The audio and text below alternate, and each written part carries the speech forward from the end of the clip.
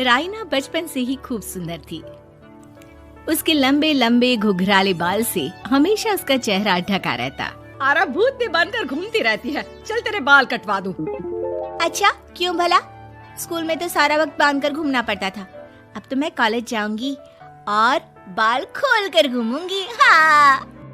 अरे ये बाल देख रही है, ऐसे लगता है जैसे मधुमक्खी का छत्ता।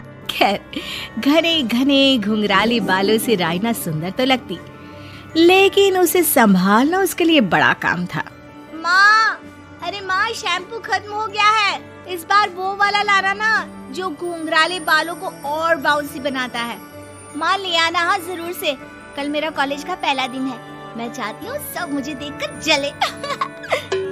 अगले दिन राइना कॉलेज पहुँचती है, जहाँ एक लड़का उसे छेड़ते हुए कहता है, अरे लगता है चाउमीन में सोया सॉस कुछ ज्यादा ही गिर गया।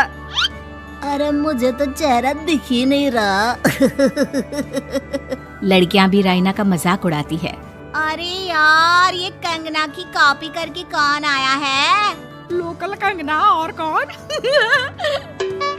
राइना को सभी पर गुस्सा आता है, लेकिन वो कुछ नहीं कहती। स्कूल में तो बाल बंधे ही रहते थे, लेकिन कॉलेज में राइना एक लड़की से कहती है, हाय, मेरा नाम राइना है, मुझे आर्ट्स डिपार्टमेंट में जाना है। कहाँ से है रास्ता? अपने बाल हटाकर देखो, सामने ही बोर्ड लगा है। राइना को कॉलेज में भी दोस्त बनाने में दिक्कत आ रही थी। वो रोते रोते घर आ जाती है। माँ, मैं क्या करूं? आज तो सारा दिन लोगों ने न जाने क्या क्या बोलकर मेरा मजाक ही बना कर रख दिया। माँ प्लीज कुछ करो ना मेरे बालों का। मैंने तो पहले ही कहा था कटा दे, पर तू। अरे कटाने से क्या होगा, उल्टा जो थोड़े बांध कर ये इन्हें समेट सकती है ना, वो भी नहीं कर पाएगी। तो क्या मेरी कोई दोस्त नहीं बनेगी कॉलेज में, या मैं हमेशा लोगों के मजाक का ही शिकार होती रहूंगी? राइना जोर जोर से रोने लगती है। तभी उसका छोटा भाई आ जाता है और राइना के बालों के बीच एक पेंसिल छुपा देता है। तभी उसका दोस्त भी पीछे से आ जाता है। अरे ढूंढो ढूंढो, कहाँ है पेंसिल? मैं नहीं बताऊंगा। दोस्त काफी कोशिश करता है, लेकिन उसे पेंसिल नहीं मिलती। वो वहाँ से चला जाता है। थैंक्स दी, आज आपके बालों ने तो मुझे बचा ही लिया। अच्छा, बहुत दिनों के बाद बालों को लेकर कुछ अच्छा सुनने को मिला। मुझे भी पहले लगता था कि मेरे बाल सबसे सुंदर है, लेकिन अब पता चला। अरे क्या पता चला, क्या हो गया?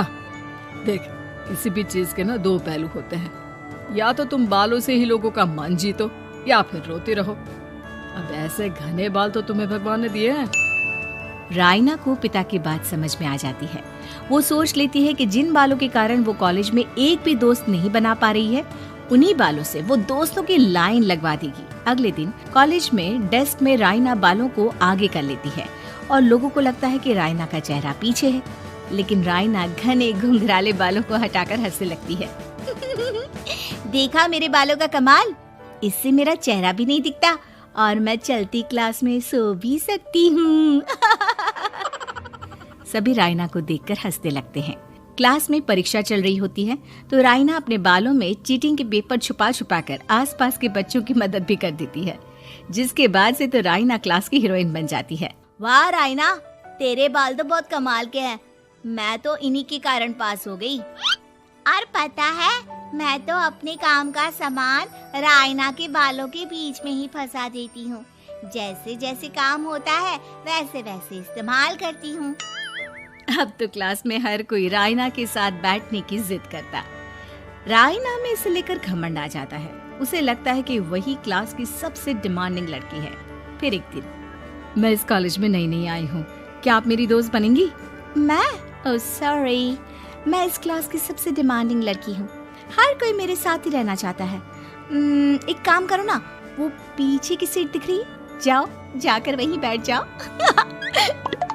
लड़की को राइना की बात बहुत बुरी लगती है, लेकिन वो करती भी तो क्या, जाकर चुपचाप पीछे की सीट पर बैठ जाती है। तो आज का लेसन सबने याद किया है ना बराबर से? जितनी भी चीटिंग करने वाली लड़कियां थी, वो राइना के पीछे जाकर बैठ जाती है और जोर से चिल्लाती है, जी मैम, सब कुछ याद है, कहीं से भी पूछ लो, हम तो मास्टर हैं, मास्टर। क्यों? ये बोलकर वो रायना के कंधे पर हाथ रख देती हैं। रायना भी खुश होती है कि कॉलेज की सबसे स्मार्ट लड़कियों का ग्रुप उसका दोस्त है। पीछे बैठी वो लड़की देखती है कि कैसे मैडम के सवाल लड़कियां रायना के सर को देखकर दे रही है। शाबाश, मुझे खुशी है कि तुम लोग इतनी अच्छी पढ़ाई करने लगी हो। मैं प्रिंसिपल से कहकर तुम लोगों की स्कॉलरशिप की बात करूंगी, जिससे तुम लोगों के माता पिता का पैसा जो फीस में लग रहा है वो बच जाए। सभी लड़कियां खुश हो जाती हैं। टीचर के जाने के बाद एक लड़की कहती है, गर्ल्स, अब हम लोग ना सिर्फ सबसे स्मार्ट बल्कि सबसे इंटेलिजेंट भी हो गए हैं। इसी बात पर आने वाले संडे को मेरे घर पर पार्टी, सबको आना है, ओके? सभी लड़कियां पार्टी के लिए एक्साइटेड हो जाती हैं। रायना भी। माँ, मेरे कॉलेज की सबसे स्मार्ट लड़की ने पार्टी रखी है संडे को। मैं भी वहाँ सबसे अच्छी दिखना चाहती हूँ, लेकिन ये बाल। घुंघराले बालों का तो कर भी क्या सकती है। तभी उन लोगों की नजर पार्लर के एक इश्तिहार पर पड़ती है जो 3000 रुपए में बाल स्ट्रेट कर रहा था। माँ, मुझे पैसे देना, मैं बाल सीधे करवा कर आती हूँ। संडे को पार्टी में सबसे अच्छी लगूंगी। बस फिर क्या था, अपने घुंघराले बालों को रायना पार्लर जाकर स्ट्रेट यानी कि सीधा करवा लेती है। और फिर पार्टी वाले दिन, हाय गर्ल्स, कैसी लग रही हूँ मैं? ओह नो, शिट, ये क्या करवा लिया बालों का हाल? और जिसके घर पार्टी थी वो लड़की, अरे ये क्या करवा लिया? तुम्हें मालूम नहीं है, जिस बालों में चीटिंग रखकर हम लोग टीचर के अगर इम्प्रेशन जमाते थे, उन बालों को तुमने। अरे हमें तो स्कॉलरशिप भी मिलने वाला था, अब तुमने बाल सीधे करवा लिए। अब तुम हम लोगों के लिए किसी काम की नहीं हो। अरे लेकिन हम दोस्त तो है ना, क्या मैं अच्छी नहीं लग रही हूँ? हमें तेरे अच्छे और बुरे लगने की कोई जरूरत नहीं है।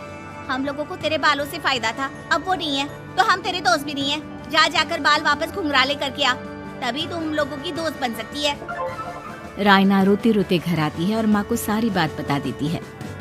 माँ, ला पैसे दे, मैं बाजार जाकर बाल ठीक करा के आती हूँ।